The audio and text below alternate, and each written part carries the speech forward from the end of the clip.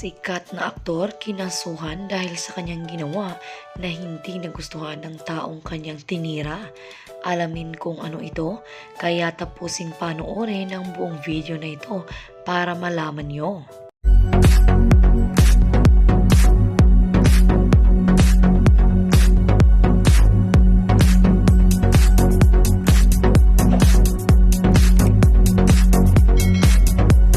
Nagsampa ng reklamong cyber libel si Congresswoman Claudine Diana Dindi Bautista Lim laban sa aktor na si Enchong D. Si Claudine ay representative ng party list na Drivers United for Mass Progress and Equal Rights o DUMPER. Ugnay nito ng di umano'y mga mapanirang salita na binitawan ni Enchong sa sinasabing magarbong wedding ni Claudine sa Balisin Island Club Resort sa Pulilio, Quezon. Si Claudine ay ikinasal sa negosyanteng si Jose French Trucker Lim via civil wedding noong February 20, 2021 at sa Balisin noong July 28, 2021. Nakatanggap ang sikat na entertainment column ng kopya ng cyber libel complaint ni Claudine na inihain niya sa Office of the Provincial Prosecutor sa Davao Occidental noong August 23, 2021. Sa Davao Occidental nakatira si Claudine at ang kanyang mister na si Trucker. Isinalaysay ni Claudine na August 16, 2021 nang magulantang siya sa sunod-sunod na text messages at private messages mula sa mga kapamilya, kaanak at kaibigan. Nalaman niya sa mga ito ang aniyay mga mainit na tirada sa kanya sa Twitter ng ilang mga artista at netizens. Kabilang dito si Enchong, pati na sina Agot Isidro, Pokwang at OG Diaz. Reklamo ni Claudine, "True enough when I checked their Twitter's accounts. Through my husband's legal counsel, they each lambasted me for my wedding. This they did even if I do not know them personally. I have no personal or professional dealings with them in the past or present. Yet they had the audacity to post something against me based only on hearsay. None of them were present at my wedding day, nor a privy to the expenses for my wedding. Yet they attacked me as if they have personal knowledge of the expense for my wedding." Ayon pa sa kongresista, parang sinabuyan siya sa mukha ng nagyayelong tubig sa nerve-wracking tweet ni Enchong, kalakip ng reposted tweet ng female netizen na dawit din sa reklamong cyber libel. Aniya, sa buong buhay niya ay hindi siya ang tipo na nakikisali sa parties at gatherings na maaaring pagpestahan ng publiko.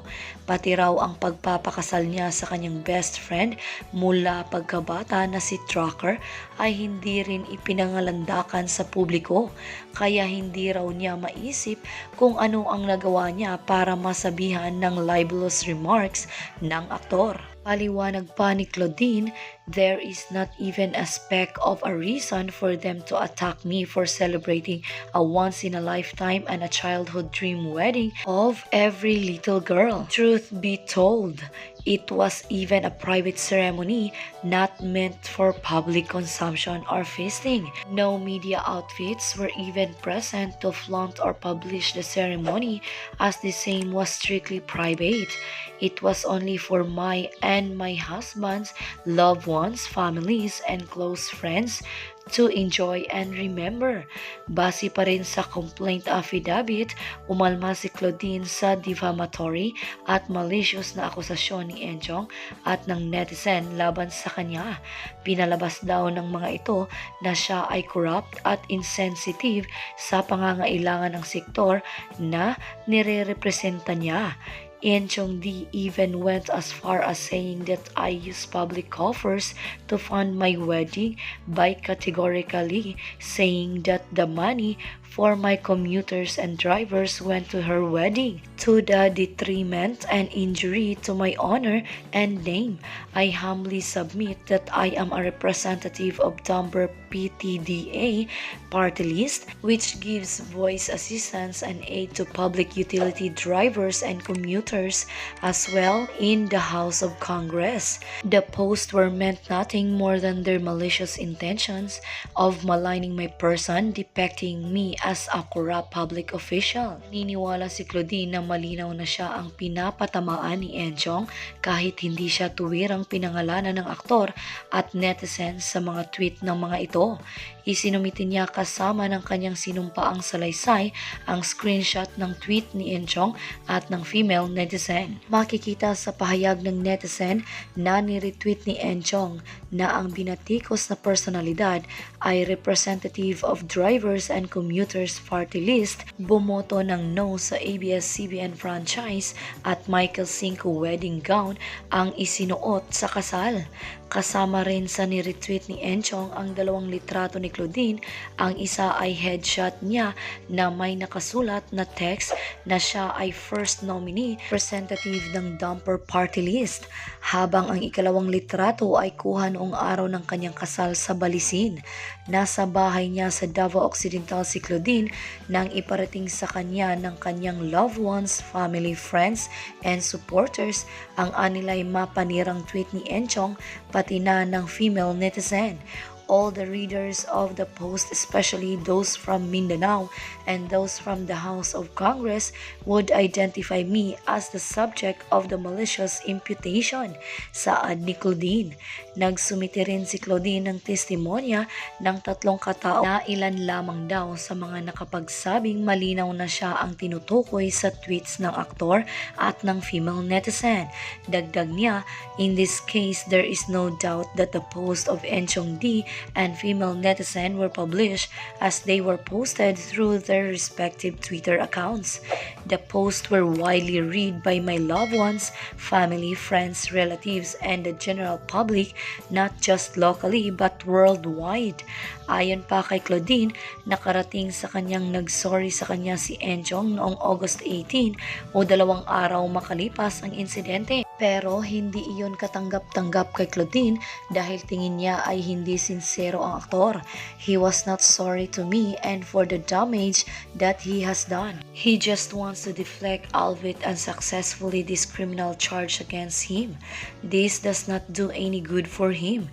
It only bolstered and magnified his admission of guilt beyond reasonable doubt for his unprovoked and baseless libelous remarks. Sabi pa ni Claudine, after damaging my name, dignity, and honor, Enchong D, realizing this forthcoming criminal charge, attempt to unscramble and scrambled egg, so to speak, by removing his original post and tweeting the following apology on Twitter. Pinakita ni Claudine ang screenshot ng tweet ni Enchong kung saan inamin ng aktor na pinagsisihan niya ang kanyang reckless tweet. Namin din doon ni Enchong na hindi niya naisip ang pinsala na maidudulot nito kay Claudine at sa pamilya ng kongresista. Naniniwala si Claudine na niyorakan umano ni Enchong ang magandang pangalan niya ng kanyang mga kaanak pati na rin pamilya ng kanyang mister na si Trucker. Claudine ay anak ni incumbent Davao Occidental Governor Claude Bautista. Ang Derelecto clan ng kanyang inang si Jeneline Derelecto Bautista may pag-aaring farmland at numerous businesses sa probinsya at sa Davao City. Ang pamilya ng mister niya ay nagmamay-ari naman ng chain ng kilalang brand ng car dealerships sa 9 na lugar sa Mindanao bukod sa real estate businesses. Sa huli, humingi si Claudine ng moral damages na nagkakahalaga ng 500 million pesos at exemplary damages na 500 million pesos para maging deterrent ang nangyaring insidente. Nakakagulantang ang kabuwang halaga 1 billion pesos na danyos na hinihingi ng kongresista mula kay Enchong at hiwalay na 1 billion sa female netizen. Paliwanag pa ni Claudine, ang 10 million ay tinatayang babayaran niyang attorney's fee at 10,000 pesos kada araw na appearance fee sa korte. Ano ngayon ang inyong masasabi sa isyong ating pinag-usapan? Kung meron man kayong mga komento o reaksyon, mag-comment lang kayo sa comment section na may respeto at hindi pa mamahiya sa kung sino man. Kung gusto nyo pa ng ibang mga update tungkol sa inyong mga paboritong artista, pwede nyong i-click ang link na makikita nyo sa description ng video. At sa hulihan ng video, pwede nyo ring i-click kung interesado kayo na panoorin ito. Makikita nyo rin sa bandang itaas ng video na may lumalabas na I button. Maaari nyo ring i-click para mapanood ang mga huling video na in-upload ko. At ang pinaka-importante ay huwag po ninyong kalimutan na mag-subscribe, like, share at i-click ang bell notification para maging updated po kayo sa lahat ng mga videos na ina-upload ko sa channel na ito. Maraming salamat din po sa palaging panunood, pagsubaybay at walang sawang pagtangkilik sa aking channel. God bless you po. At sa mga hindi pa nakasubscribe, i-click nyo ang subscribe button para hindi kayo mahuli sa mga balita tungkol sa inyong mga paboritong inaabangan. Hanggang sa susunod kong upload.